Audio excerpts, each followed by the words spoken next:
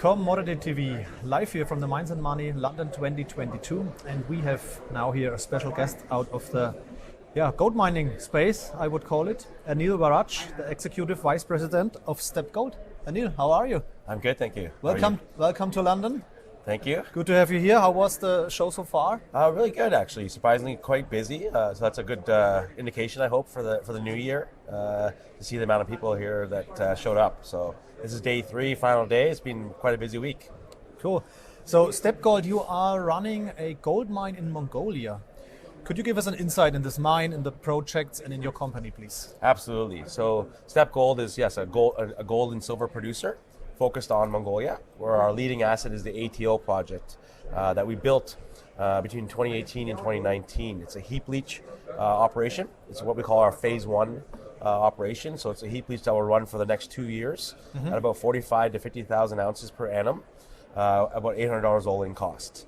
And in about 2 years' time, we'll transition into our phase 2 operation, which is the sulfides below the oxides. And that will have an initial 10 and a half years of mine life at circa 100,000 ounces per annum.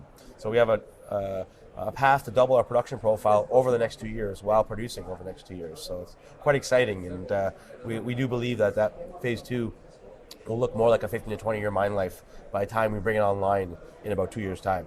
So you're in the ramp-up phase for 45 to 50,000 ounces at the moment? Well, so actually we started producing in April 2020. So right at in the height of COVID, where you couldn't get in the country if you tried, having a local team is very important, and we did. So we actually successfully brought production online. First gold pour in April 2020. Our first quarter of production startup and ramp up was that Q2 2020. And we produced 15,000 ounces at about $740 all in. So ramp up has already occurred. We've been producing since March of this year. We've already produced over around 30,000 ounces this year at about $800 all in cost. So. What's the resource and reserve base? Sure. So when we started the project, we had about 1.2 million ounces of resources, inclusive of 210,000 ounces of reserves. Today, including that phase 2, the sulfides, we have just under 2.5 million ounces of resources, inclusive of 1.6 million ounces of reserves on a gold equivalent basis. So, and we'll still be growing. Okay, so that brings me to my next question. What are the drilling plans for 2023? Yeah, so we actually drilled below 2 of our deposits, ATO 1 and 2, just 300 to 350 meters from surface. So this is the first time that we're drilling. These are 4 relatively shallow deposits down to 350 meters. So all of them are open at depth. We just drilled ATO 1 and 2 below for the first time a year ago. We confirmed that there's new discoveries and extensions, and we followed up on that drilling this year. So there's some pending results from that drill program to come out over the winter, and then we'll restart drilling again in about April. So probably about 10,000 meters on the ATO project, all 4 deposits, to continue to grow them at depth. And then we still have a second project, which is a very large exploration license that we'll be drilling probably another 10,000 meters on in the new year. So it's quite exciting. Okay, 10,000 meters at the UK project? That's correct. You already have a resource base there? No? No, we don't. So that's an undrilled license that we also acquired in 2017. Okay. We started our first drill program on that property this summer for the first time ever. So maiden drill program of 3,000 meters, pending results. So that should come over the winter as well. But the beauty of that project is that it's been drilled around. So we have a colleague, peer, Erdene Resources, who have drilled over 1 million ounces, and their licenses are adjoining our UK license. So we're certainly in a hot area, highly prospective. They've had some fantastic discoveries and results, so we're very excited.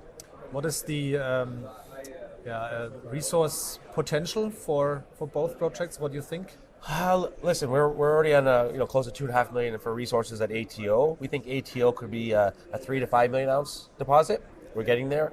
And over time, we'll use our cash flow to continue drilling the project. Down in the UK, in Udamhundi, in the Bayan Hungar province, we think that region also is another 3 to 5 million ounces. Erdene, I think, is getting close to 2 million ounces already, and ours is smack in the middle. So we do think that could be another mine in the future, another area for consolidation, and probably a large field as well. So our goal as a company is to get a resource profile of 5 to 10 million ounces in Mongolia, a production profile that could be 200 to 300,000 ounces over time. So you will finance the drilling out of the cash flow of the mine? Yes, that's the beauty of our model here, is that we self-fund exploration on both properties from our own cash flow from this operating mine. Okay. What's cash in the bank, and do you have any debt? Yeah, we do actually. We're actually in a net debt position of circa 6 million today. So that'll be paid down over the next couple months again to get back to net debt zero. So we took on some debt. Actually, last year, about this time, we received 60 million US of debt sponsored by the Bank of Mongolia for the Phase 2 expansion. Okay. So last year, we were able to draw down on that to build the Phase 2 crusher, which is now fully installed. So that was about an $8.5 million, $9 million spend. So we drew down on debt, and now we're paying that debt back.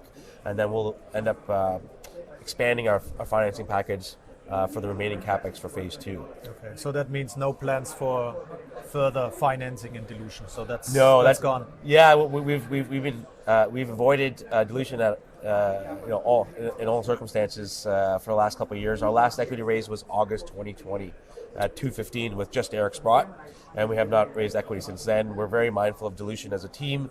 We would like to self-fund, if we can, the equity component from the future cash flows of this operating mine. And it's a unique situation to be in. We as a board and management team own 20% of the company. So we're not looking to dilute ourselves or our shareholders unnecessarily. That brings me to my next question. Shareholder structure. You mentioned that you hold 20% of management. Board and management, yep. You already mentioned Sprott is in. So Yep. What are institutional investors? Sure. So we actually have 69.5 million shares outstanding today. On a fully diluted basis, it would be about 85 million shares. So that's a very tight structure. 22 million of cash would come in on a fully diluted basis. But Eric Sprott is our largest shareholder at 11% now. So he came in on the placement at 215, and just recently, over the last couple of months, he's bought 600,000 shares on market.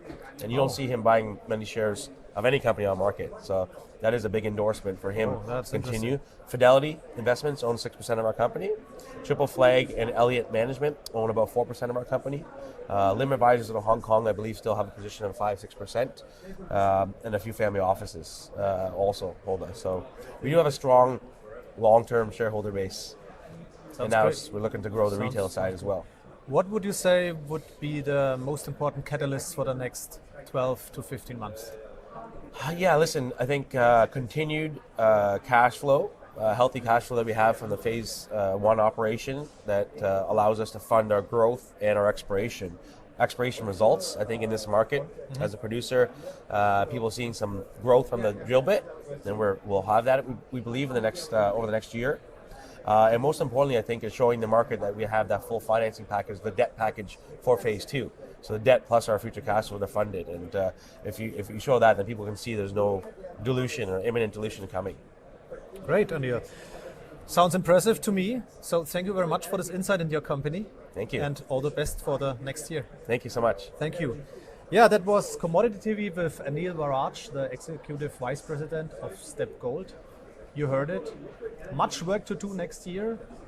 Production ramp up, Phase 1 to Phase 2 in 1 or 2 years. And yeah, I would say check out the company, do your own research, and thanks and bye-bye from London.